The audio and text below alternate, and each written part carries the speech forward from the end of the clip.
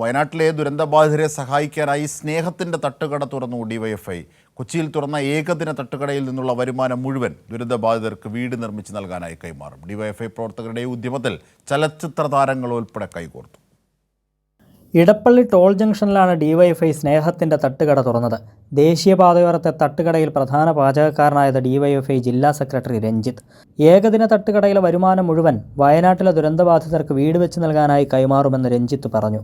Scrap challenge ആയാലും ശരി, news paper collection ആയാലും ശരി, അതുപോലെ തന്നെ മറ്റു രീതികൾ, ഇപ്പോൾ പായസ ചലഞ്ച് ആയാലും ശരി, ബിരിയാണി ചലഞ്ച്, വിവിധങ്ങളായിട്ടുള്ള മാതൃക 2018 പ്രളയാനന്തരം കേരളത്തിന് യുവത്വം, ഡിവൈഎഫ്ഐയുടെ യുവത്വത്തിൻ്റെ നേതൃത്വത്തിൽ യുവത്വം ഈ ലോകത്തിന് ഡിവൈഎഫ്ഐയുടെ നേതൃത്വത്തിൽ കാണിച്ചു കൊടുത്തിട്ടുള്ള ആ മാതൃക, അതേ മാതൃക തുടർന്നുകൊണ്ടാണ് ഇന്ന് ആ വയനാട് ദുരന്തമുണ്ടായപ്പോൾ വയനാട്ടിലെ ജനങ്ങളെ സഹായിക്കുന്നതിന് വേണ്ടി ഡിവൈഎഫ്ഐ ഇതും ഏറ്റെടുത്തിട്ടുള്ളത്. നടന്മാരായ Subeesh Sudhi, Raja Sahib, GCDA chairman K Chandran Pillai, മുൻ MLA AM യൂസഫ് തുടങ്ങിയവരെല്ലാം ഡിവൈഎഫ്ഐയുടെ സദുദ്യമത്തിൽ കണ്ണിചേരാനായി എത്തിയിരുന്നു. ഒരുപാട് പ്രതിസന്ധികളെ അതിജീവിക്കുന്ന തലമുറ കൂടെ നമ്മൾ, ഒരു ജനതയുടെ കൂടെ നമ്മൾ നിൽക്കണം.